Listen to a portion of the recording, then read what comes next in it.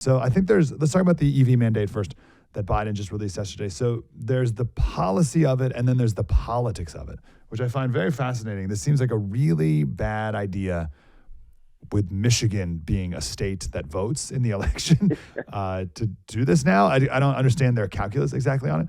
But it says here that electric cars were 7.6% of U.S. car sales last year. 7.6%. This new regulation would require electric cars to be 56%, and then another 16% have to be hybrids. So what's the deal with this regulation? Yeah, this is the gift to the Chinese that just keeps on giving. You look at the components, the parts that are coming from China. They win in this, and Michigan loses. Ohio loses. Detroit loses.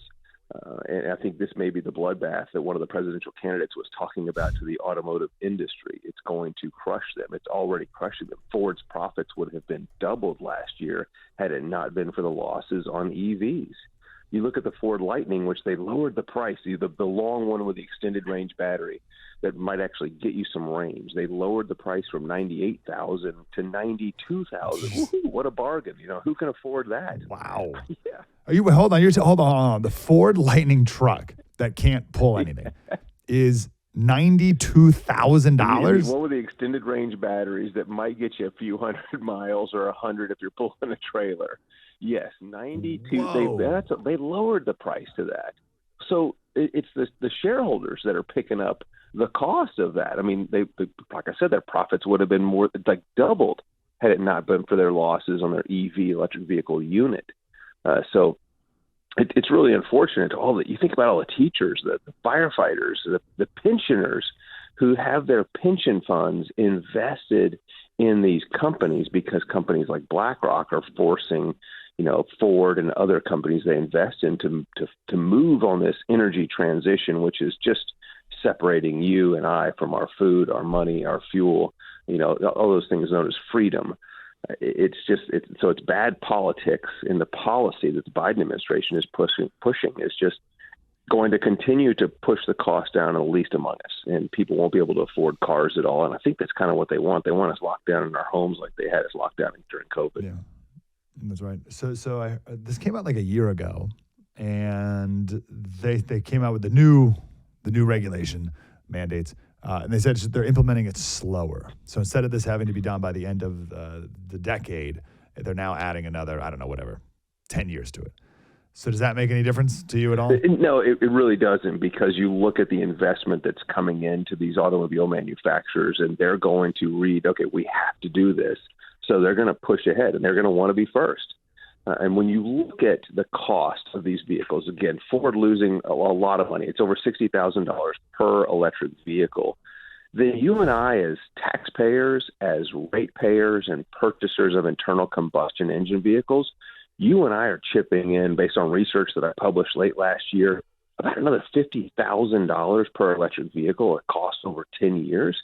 That's what the citizen that doesn't own an electric vehicle is pitching in per electric vehicle sold. So like that Ford Lightning, its true cost over 10 years is really over $200,000. There's not many people. Can you give us the calculus on that? How do you calculate that? How am I paying for other people's electric cars? Yeah, so there's about $20,000 per electric vehicle sold in corporate average fuel economy credits. These are credits that are sold from companies like Tesla, nearly $2 billion in revenue in 2021, by selling these credits to other automobile manufacturers because they can't meet the requirements of the federal government to meet the corporate average fuel economy. So they just buy credits. They just trade credits. Well, electric vehicles get a multiplier. We wrote about this. I published a piece on this. And then really people started to pick up this multiplier that's buried in government code that Tesla gets 65 miles per gallon. That's the equivalent of what it gets. But it's an electric vehicle, so we'll multiply it times 6.67. Why?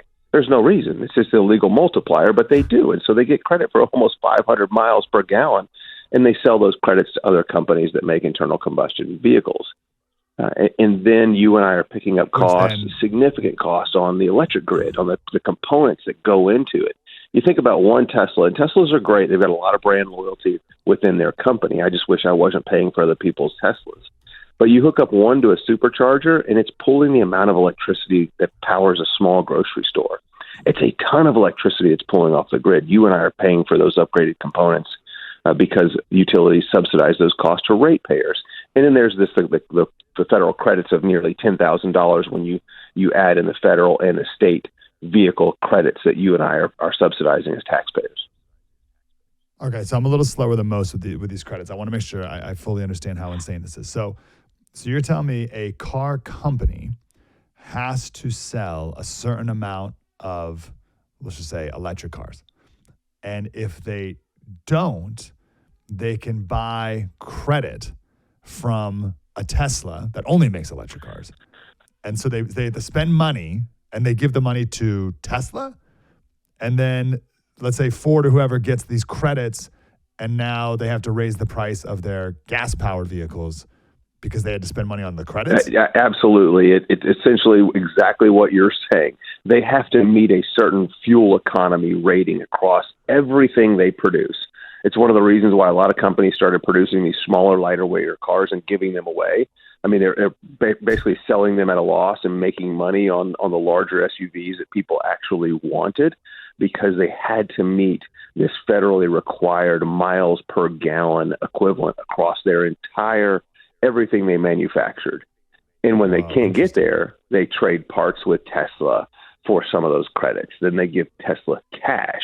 So what we can tell, and in the research that I published, it was nearly $2 billion of revenue to Tesla from selling the credits. But it could have been so much more for trading those for parts that we just can't see because it's not on the books anywhere.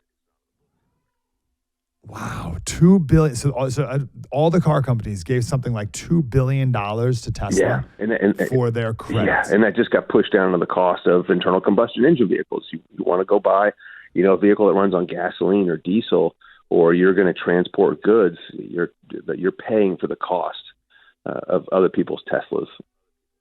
It's one of the reasons a lot of companies have gone to electric vehicles. I mean, Dodge Ram just announced a couple of months ago they were going to make an electric truck, even after Ford and GM slashed their projections. They've closed factories. They've idled factories because of the loss. The money's just not there. The demand is not there. Well, Dodge Ram says we're going to come out with this truck that'll go 700 miles. Well, it just happens to have a natural gas electric generation compressor, built into the truck to charge the batteries.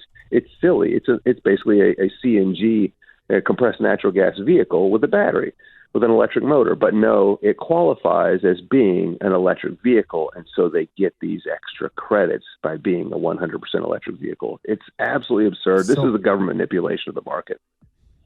Yeah. So which and ends up being a scam, of course. Is that what you just described? Would that be called a hybrid car? Because now hybrid is part of these regulations as well. Is that okay? Yeah, actually, the Dodge Ram is going to be classified as a 100% electric vehicle, even though it has, you've seen the pictures of the Teslas with people that put a trailer hitch on it and they're hauling a generator and gasoline, charging the car while they're driving down the road.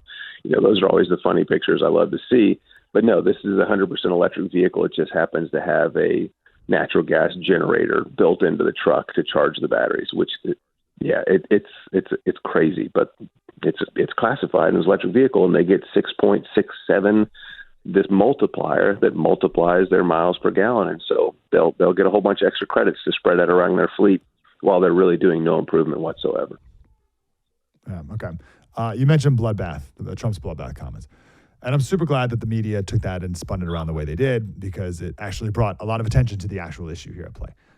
When BYD or whatever Chinese car company starts producing in Mexico, what will that mean to our auto industry and how?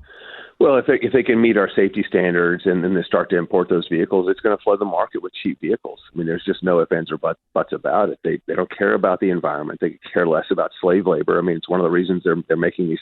All the batteries are coming from Chinese-made components because they can churn them out with the 40,000 kids that are working in Chinese-owned and controlled mines in the Congo today.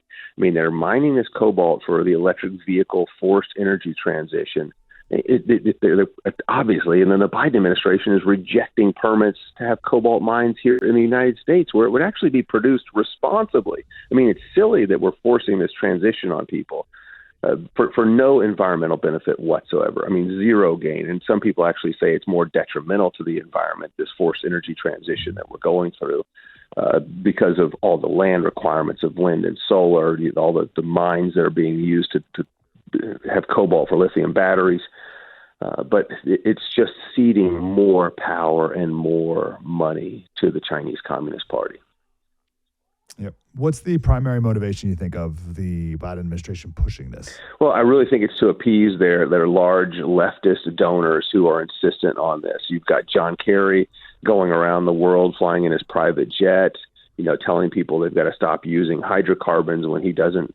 And maybe he does realize that the hydrocarbons that are powering his private jet are, being fueled with fuel from a Chinese refinery refining Iranian oil, because the Biden administration is completely ignoring sanctions, putting $80 billion into the Iranian government, which just happens to be funding this war in the Middle East. I mean, all these ships that are getting attacked, hauling American goods, American military men and women getting attacked because of this transition and this transition of wealth from America to China and then into Iran. It's absolutely appalling.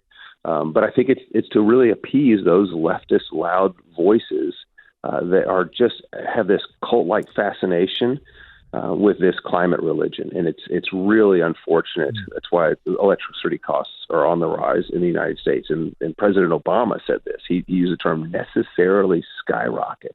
It's not necessary for electricity costs to go up. I heard that.